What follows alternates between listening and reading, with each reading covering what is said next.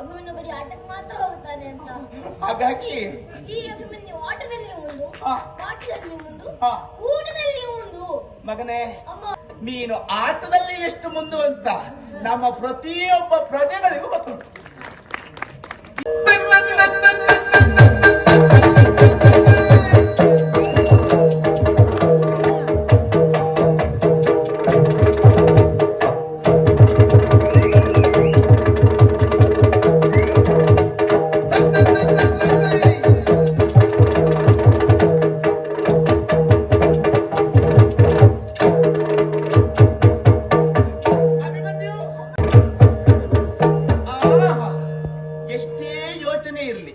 ನಿನ್ನ ಒಂದು ನಗು ಸಾಕು ಮಗನೇ, ಎಲ್ಲವನ್ನು ಮರೆಸಿ ಬಿಡುತ್ತದೆ.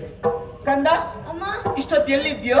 ಆಟದ ಅಂಗಳದಲ್ಲಿ ಇರುವಾಗ ನಿಮ್ಮ ಕರೆ ಕೇಳಿಸಿತು. ಓಹೋ, ಹಾಗಾಗಿ ಇಲ್ಲಿವರೆಗೆ ಓಡಾಡಿ ಬಂದಿದ್ದೇನೆ. ಮಗನೇ, ಅಮ್ಮ, ಎಂತದ್ದು ಇನ್ನೂ ಆಟವ ನಿನಗೆ?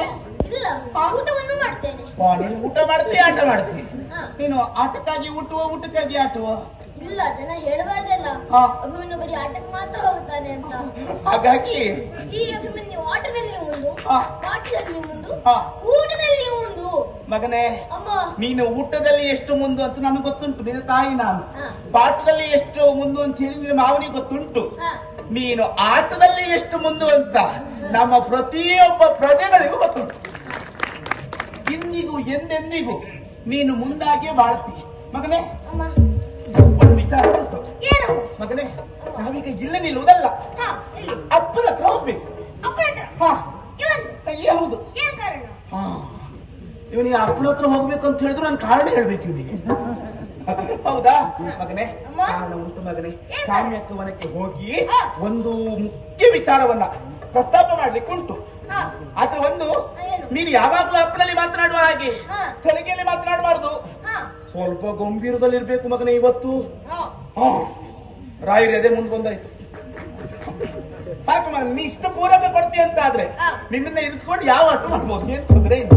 ಮಗನೇ, ಹೋದ ನೀನು ನಾನು ಏನ್ ಹೇಳ್ತೇನೋ ಅದನ್ನೇ ಹೇಳ್ಬೇಕು. ನಾ ಹೇಳಿದ್ದನ್ನೇ ಹೇಳ್ಬೇಕು. ಹೇಳಿಕೊಡ್ಲಾ? ಅಪ್ಪ, ಗಯಗಂಧರ್ವ ಮಾವನ ವಿರೋಧಿ ಇದ್ದಾನೆ. ಅವನನ್ನ ಇಟ್ಟುಕೊಳ್ಳುವುದು ಸರಿಯಲ್ಲ. ಬಿಟ್ಟು ಕೊಡಿ. ಗೊತ್ತಾಯ್ತಲ್ಲ? ಈಗ ನಿನ್ನ ವಾಕ್ಯದಲ್ಲಿ ಹೇಳು ಮಗನೇ. ಅಪ್ಪ, ಈ ಗಯಗಂಧರ್ವ ನನ್ನ ಮಾವನ ವೈರಿ, ಆದುದರಿಂದ ಅವನನ್ನು ಬಿಟ್ಟು ಕೊಡುವುದೇ ಸೂಕ್ತ ಅಂತ ಎಲ್ಲ ಇವನ ಅಮ್ಮ ಹೇಳಿದ್ದಾನೆ, ಹೇಳಲಿಕ್ಕಿಲ್ಲ ಮಗ. ಅಮ್ಮನ ವಿಚಾರ ಬರ್ಲಿಕ್ಕಿಲ್ಲ. ನಿನ್ನ ಮಾತಾಗಿಯೇ ಬರ್ಬೇಕು. ಅಪ್ಪ, ಗಯಗಂಧರ್ವ ನನ್ನ ಮಾವನ ವೈರಿ, ಆದುದರಿಂದ ಅವನನ್ನು ಬಿಟ್ಟು ಕೊಡುವುದೇ ಸೂಕ್ತ ಅಂತ ಹೇಳಿದ್ದಲ್ಲ. ಒಟ್ಟು ಇವನ್ ಕರ್ಕೊಂಡೋಗಿ ಸಮಸ್ಯೆ ಆಗ್ತದೇನೋ ಈಗ. ಮಗನೇ, ಹತ್ತಿರ ಅಂತ ಬಂದಿದ್ದಿ, ಇನ್ನು ಸ್ವಲ್ಪ ಸರಿ ಆಗ್ಲಿಕ್ಕೆ ಉಂಟು. ಮಾರ್ಗದಲ್ಲಿ ಹೋಗುತ್ತಾ ನಿನಗೆ ಪಾಠ ಮಾಡ್ತೇನೆ.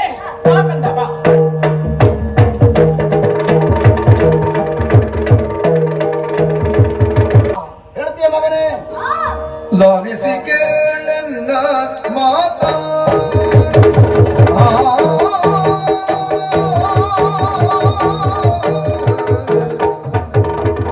ಲಾಲಿಸಿ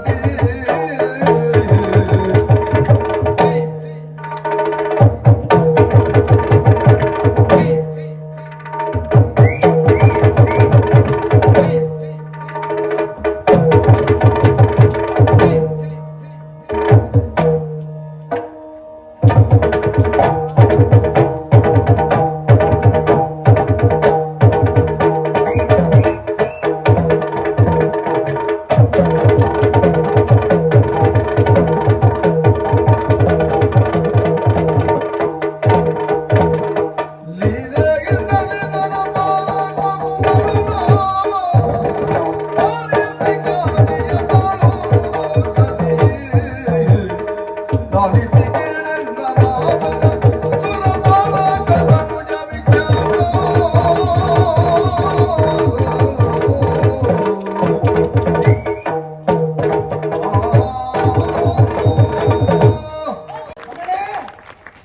ಅಪ್ಪ ನಿರ್ಭೀತಿಯಿಂದ ಆ, ಏನ್ ಹೇಳಬೇಕು ಹ್ಮ್. ಅದನ್ನು ಸ್ಪಷ್ಟವಾಗಿ ಹೇಳಿದ್ರೆ ಸಾಕು. ಅಪ್ಪ ಹಾ ಕ್ಷತ್ರಿಯರಾದವರು ಹ್ಮ್ ಕೊಟ್ಟ ಮಾತನ್ನು ತಪ್ಪುವಂತಿಲ್ಲ. ಹೇಳಿದ್ಯಾ ಬಹುಶಃ ಇದೆಲ್ಲ ನೀನೇ ಹೇಳ್ಕೊಟ್ಟಿಲ್ಲ. ಅಯ್ಯೋ ಇದೆಲ್ಲ ನಾನೇ ಹೇಳಿಕೊಟ್ಟೆ. ಅಲ್ಲ ಅವರಿಗೆ ಅವ ಚುರುಕು ನೋಡಿದ್ರೆ ಗೊತ್ತಾಗುದಿಲ್ವೋ ಹೌದೌದು. ಅವರಿಗೆ ಎಷ್ಟು ಒಳ್ಳೆ ಪಾಠ ಆಗಿದೆ ಅಂತ. ಅವನ ಈ ಚುರುಕುತನವನ್ನು ಕಂಡಾಗ ಆ. ನನಗೆ ನನ್ನ ಬಾಲ್ಯದ ನೆನಪಾಗುವುದು. ಹೌದಾ? ಆದ್ರೆ ಪರಮ ಸತ್ಯ ಏನು ಗೊತ್ತುಂಟಾ, ಆ. ನಾನು ಸಹ ಬಾಲ್ಯದಲ್ಲಿ ಇಷ್ಟು ಚುರುಕಾಗಿರ್ಲಿಲ್ಲ. ಇನ್ನೊಂದು ಗೊತ್ತುಂಟಾ? ಏನು ಅವ ಇಷ್ಟು ಚುರುಕಾದದ್ದು ಹೇಗೆ? ಹೇಗೆ ನೀವು ಜೊತೆಯಲ್ಲಿ ನಿಂತಿದ್ದೇ ಕಾರಣ. ಆಯ್ತಪ್ಪ, ನಿನಗೊಂದು ಸಮಾಧಾನ ಅಲ್ವಾ? ಅಲ್ಲ ಹಾಗಲ್ಲ, ಮತ್ತೆಂತದ್ದು? ಅತಿಯಾಗಿ ಮುದ್ದಿಸುವುದು ನೀವೇ ಹೌದಲ್ವೋ? ಹಾ, ಹಾ. ನೀವು ಅಲ್ಲಿ ಇದ್ದಿದ್ರೆ ಹ್ಮ್. ಅವರು ಈ ರೀತಿ ಪಾಠ ಕಲಿಯಲಿಕ್ಕೆ ಆಗುವುದಿಲ್ಲ. ಹಾ, ಮನೆ- ಎಷ್ಟೊತ್ತಿಗೂ ಮುದ್ದಿಸ್ತಾ ಇದ್ದದ್ದು ಅವನ್ನ. ಮನೆ ಮೊದಲ ಪಾಠಶಾಲೆ, ಆ ಜನನಿ ತಾನೇ ಮೊದಲ ಮೊದಲ ಗುರು. ಸರಿ ಸರಿ, ನಾನು ಗುರುವಾಗಿ ನನ್ನ ಕೆಲಸವನ್ನ ಮಾಡುವುದಕ್ಕೆ ಸರಿ ಅನುಕೂಲ. ಅವ್ನು ಹೇಳಿದ್ದೀನಿ. ಹೇಳಿ ಮಗ, ಸರಿ ಹೇಳು. ಕ್ಷತ್ರಿಯರಾದವರು ಹ್ಮ್. ಕೊಟ್ಟ ಮಾತನ್ನು ತಪ್ಪುವಂತಿಲ್ಲ. ಹ್ಮ್ ಅದರಲ್ಲೂ ದೇಹಿ ಎಂದು ಬಂದವರನ್ನು ಹಾ ರಕ್ಷಿಸಬೇಕಾದದ್ದು ಹಾ. ನಮ್ಮ ಹೊಣೆ. ನೋಡಿದ್ಯಾ? ಗಂಧರ್ವ ಲೋಕದವನಾದ ಈತನನ್ನು ಹಾ ನೀವು ರಕ್ಷಿಸಿದಿರಿ ಅಂತಾದ್ರೆ ಹ್ಮ್ 3 ಲೋಕಕ್ಕೂ ಹಾ. ನಿಮ್ಮ ಕೀರ್ತಿ ಪಸರಿಸುತ್ತದೆ. ಹಾ ಹಾ ನಾನು ಹಾ. ಅವನನ್ನು ಕೇಳಿ ತಿಳಿದಿದ್ದೇನೆ. ಏನ್ ಮಗ? ಸುರಪತಿಯ ಅನುಗ್ರಹದಿಂದ ಹಾ ಜನಿಸಿದವರಂತೆ ನೀವು. ಹಾ ನಿಮ್ಮ ದಾರಿಗೆ ಅಡ್ಡನಾಗಿದ್ದ ಅಂಗಾರಪರ್ಣನನ್ನು ಹಾ. ಸೋಲಿಸಿ ಹಾ. ಆತನಿಂದ ಚಾಕ್ಷುಷೇ ವಿದ್ಯೆಯನ್ನು ಪಡೆದವರಂತೆ. ಯಾವ್ಯಾವ ಕಥೆನ ಹೇಳ್ಕೊಟ್ಟಿದ್ದೀನಿ ನೀನು? ದ್ರುಪದನನ್ನು ಹೊಡೆದುರುಳಿಸಿ ಹಾ. ದ್ರೋಣಾಚಾರ್ಯರಿಗೆ ಹಾ. ಗುರು ದಕ್ಷಿಣೆಯನ್ನು ತಂದೊಪ್ಪಿಸಿದವರಂತೆ. ಆ ದುರದಿ ದೃಪದನ ಕಟ್ಟಿ ತಂದ ಧೀರ. ನಾನೇ ಹೇಳಿಕೊಟ್ಟಿದ್ದು. ಸರಿ ಸರಿ ಸರಿ ಸರಿ. ಸ್ವರ್ಗಲೋಕಕ್ಕೆ ಏಳನ್ನು ನಿರ್ಮಿಸಿ ಹಾ ಐರಾವತವನ್ನು ಹಾ. ತಲೆಗೆ ಇಳಿಸಿದವರಂತೆ. ಹ್ಮ್ ಕಡೆಯ ದಿಕ್ಕಿನ ಒಡೆಯನಾದಂತಹ ಪರಶುವನನ್ನು ಮೆಚ್ಚಿಸಿ ಹಾ ಆತನಿಂದ ಪಾಶುಪತಾಸ್ತ್ರವನ್ನು ಪಡೆದವರಂತೆ. ಹಾ ಹಾ ಹಾ ಹಾ ಇಷ್ಟು ಅನುಭವ ಹಾ ವಿಷಯ ವಿಷಯ ನಿಮಗೆ ಗೊತ್ತಿರುವ ಕಾರಣಕ್ಕಾಗಿ ಹಾ ನಿಮ್ಮನ್ನು ನಡೆದಾಡುವ ವಿಶ್ವಕೋಶ ಅಂದ್ರೂ ತಪ್ಪಾಗುವುದಿಲ್ಲ. ಹಾ. ನನ್ನ ಯೋಗ ನೋಡು, ಮತ್ತೆ ಯಾರ್ಯಾರಿಂದಲೂ ಹೊಗಳಿಕೆ ಮಾತನ್ನು ಕೇಳುವ ಯೋಗ. ಅದು ವಿಶೇಷ. ಅದು ನನ್ನ ಮಗ. ಆ. ಮಗನೇ ಸಾಮಾನ್ಯವಾಗಿ ಮಕ್ಕಳಿಗೆ ಅಪ್ಪನ ಕಂಡ್ರೆ ಆಗುವುದಿಲ್ಲ. ಹೌದು. ಹೌದೌದು. ಯಾಕೆಂದ್ರೆ ಅಪ್ಪನನ್ನು ಭಯೋತ್ಪಾದಕರನ್ನು ಆಗಿಸುವವರು ಯಾರು ಅಂತ ಕೇಳಿದ್ರೆ ಅದು ತಾಯಂದಿರು. ಎಂತದ? ಹೌದು. ಮಕ್ಕಳು ಏನಾದ್ರೂ ಮಾಡಿದ್ರೆ ಸಾಕು, ಬರ್ಲಿ ಅಪ್ಪ ಬರ್ಲಿ, ನೀನು ಸರಿ ಕಲಿಸ್ತೇನೆ ಹೇಳಿಕೊಡ್ತೇನೆ ಅಂತ ಹೇಳುದು.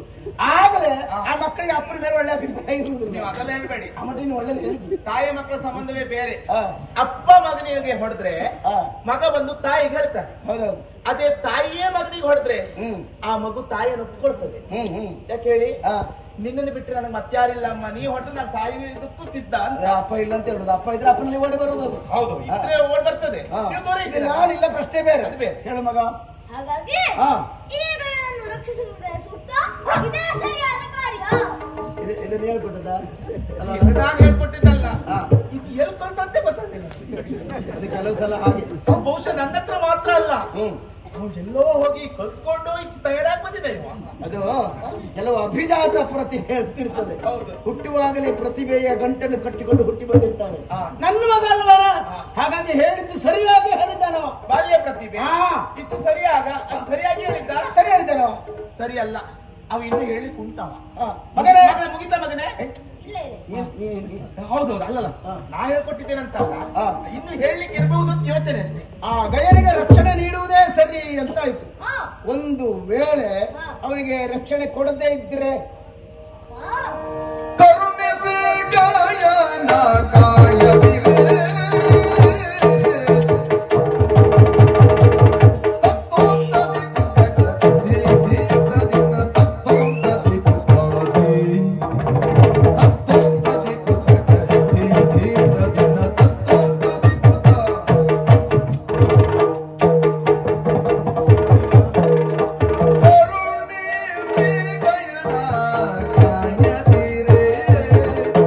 ಕರುಣಿಸಿ ಗಯನ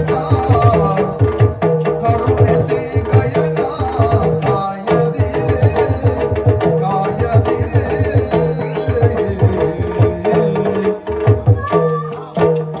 ಕರುಣಿಸಿ ಗಯನ ಕರುಣಿಸಿ ಗಯನ ಕರುಣಿಸಿ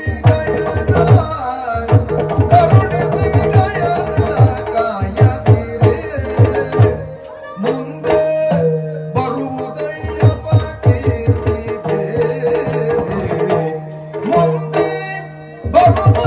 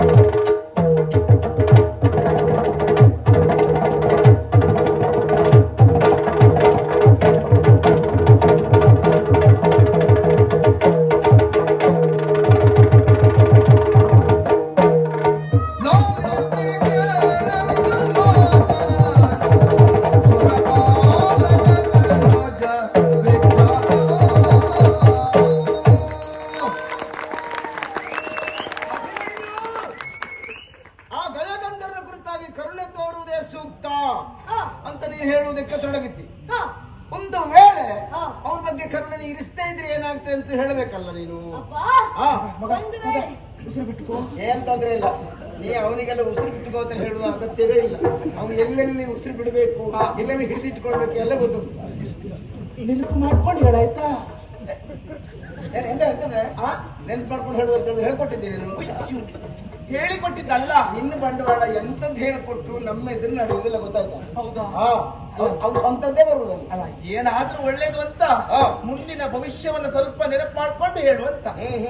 ಅಪ್ಪ, ಹಾ, ಒಂದು ವೇಳೆ ಗೈರನ್ನು ರಕ್ಷಿಸಲಿಲ್ಲ ಅಂತಾದ್ರೆ ಹಾ, ಸತ್ತು ಸ್ವರ್ಗ ಸೇರಿದ ಹಿರಿಯರಲ್ಲ ಹಾ. ನರಕಕ್ಕೆ ಬಂದು ಬೀಳುವಂತಾಗುತ್ತದೆ. ಹಾ, ನಮ್ಮ ಹಿರಿಯರು. ಹಾ. ಹೌದೌದು. ಧರ್ಮವನ್ನು ಉಸಿರಾಗಿಸಿಕೊಂಡ ಧರ್ಮರಾಯರಿಗೆ ಹಾ. ಅಪಮಾನವನ್ನು ಮಾಡಿದಂತಾಗುತ್ತದೆ. ಕೇಳ ಕೇಳ ಕೇಳ. ಹಾ, ಬಲಕ್ಕೆ ಒಂದೊಂದು ಹೆಸರೇ ಭೀಮ ಹಾ, ಎನ್ನುವುದು ಹಾ. ಸುಳ್ಳಾಗುತ್ತದೆ. ಹೌದು. ನೀವು ಪಡೆದ ದಶನಾಮಗಳು ಹಾ, ಅರ್ಜುನ, ಪಾರ್ಥ, ಫಲ್ಗುಣ, ವಿಜಯ, ಶ್ವೇತವಾಹನ, ಹಾ. ಧನಂಜಯ, ಶ್ವೇತವಾಹನ, ಗುಡಾಕೇಶ, ವಿಷ್ಣು, ಹಾ. ಭೀಮತ್ತು ಸವ್ಯಸಾಚಿ. ಛೆ, ಈ ದಶನಾಮಗಳಿಗೆ ಹಾ. ಬೆಲೆಯೇ ಇರುವುದಿಲ್ಲ. ನಾ ಪಡೆದದ್ದು ನನಗೇ ನೆನಪಿಲ್ಲ ಮಗನೇ. ಹಾ, ಹಾ. ಪಾಂಡವರು ಸತ್ಯಸಂಧರು ಹಾ. ಎನ್ನುವ ವಿಷಯ ಹ್ಮ್. ಸುಳ್ಳಾಗುತ್ತದೆ. ಹ್ಮ್, ಆದುದರಿಂದ ಹ್ಮ್. ಅವನನ್ನು ಬಿಟ್ಟು ಕೊಡುವುದಲ್ಲ. ಕೊಡುವುದಲ್ಲ, ಹಾ. ಬಿಟ್ಟು ಬಿಡುವುದೇ ಸೂಕ್ತ. ಹೇಳುದೇನ? ಕೇಳುದಲ್ಲ. ಹಾ, ಮಗನೇ, ಇಷ್ಟು ಹೇಳಲಿಕ್ಕೆ ನೀನು ಹೊತ್ಕೊಂಡು ಬಂದದ ನನ್ನಿಂದ? ಈಗ ಅಲ್ಲಿ ಹೋಗುವಾಗ ಹಾಗೆ ನಡಿಲಿಕ್ಕೆ ಆಗುದಿಲ್ಲ, ಆಮೇಲೆ ಕಾಲು ಅಂತ ಹೇಳಿದಾಗ ನೀನು ಎತ್ಕೊಂಡು ಬಂದಿದ್ದೆ ಎಂತದ್ದು ಗೊತ್ತಾ? ಎಂತ ಮಾಡ್ಲಿಕ್ಕೆ ಆಗುದಿಲ್ಲ. ನಿನಗೆ ಹೇರ್ಲಿಕ್ಕೆ ಆಗ್ತದೆ, ಹೊರಲಿಕ್ಕೆ ಆಗುದಿಲ್ಲ. ಹೊರಬೇಕಷ್ಟೇ. ಹೌದಾ ಮಗನೇ? ಒಂದು ವೇಳೆ ಹಾ. ಬಿಟ್ಟು ಕೊಟ್ರೆ ಏನಾಗ್ತದೆ ಅಂತ ನೀ ಹೇಳಿದೆಯಲ್ಲ, ಹಾ. ಹೀಗೆ ಇಟ್ಟುಕೊಂಡ್ರೆ ಏನಾಗ್ತದೆ ಅಂತ ನಾ ಹೇಳ್ತೇನೆ ಕೇಳು. ಹಾ. ಗಯನನ್ನ ಬಿಟ್ಟುಕೊಂಡರೆ ಇರಿಸಿಕೊಂಡ್ರೆ ಹಾ. ಬಲರಾಮ ಹಾಗೂ ನಾರಾಯಣಿ ಸೈನ್ಯ ಯುದ್ಧಕ್ಕೆ ಬರ್ತದೆ.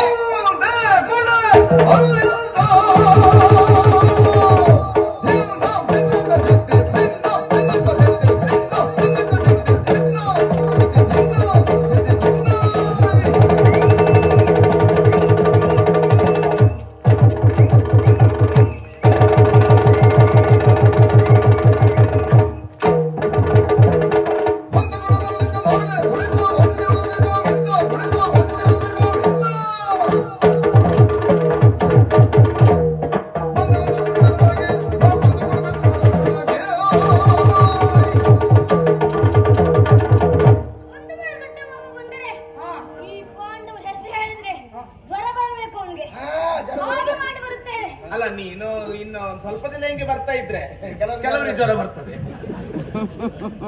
ಇನ್ನು ಯಾರಾದ್ರೂ ಬಂದ್ರೆ ಅವರ ಹುಟ್ಟಡಗಿಸುತ್ತೇನೆ. ಕೇಳ್ತೀವ್ರೆ? ಹೌದಾ? ಹಾ.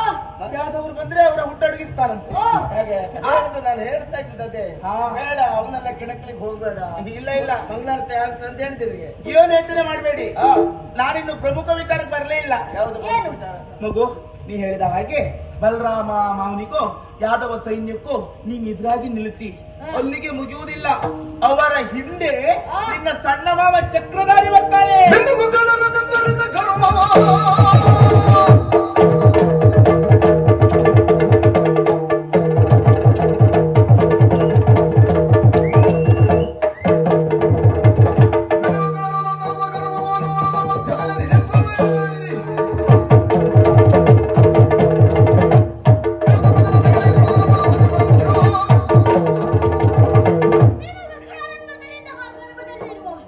ಕೃಷ್ಣ ಸೊಕ್ಕನ್ನು ಬರೆಯುತ್ತೇನೆ.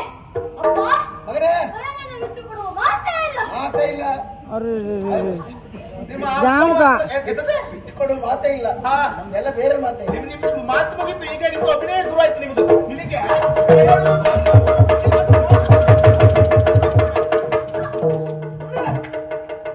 ಅವ ನೋಡಿ ಎಷ್ಟು ಆಡ್ತಾನೆ ಅವ. ಕೃಷ್ಣನ ವಿರೋಧ ಇಲ್ಲ, ಅವ ಸರಿ ಮಾತಾಡಿದ್ದಾನೆ. ಎಂತದ್ದು? ನನ್ನ ಮಗವ, ನನಗೆ ವಿಶ್ವಾಸ ಉಂಟು. ಆದ್ರೆ ದೊಡ್ಡಮ್ಮ ಕರೀತಾ ಇದ್ದಾಳೆ. ಬೇಕು ಬೇಕಂತ ತಿಂಡಿ ಸರಿ ಮಾಡ್ತಾರೆ.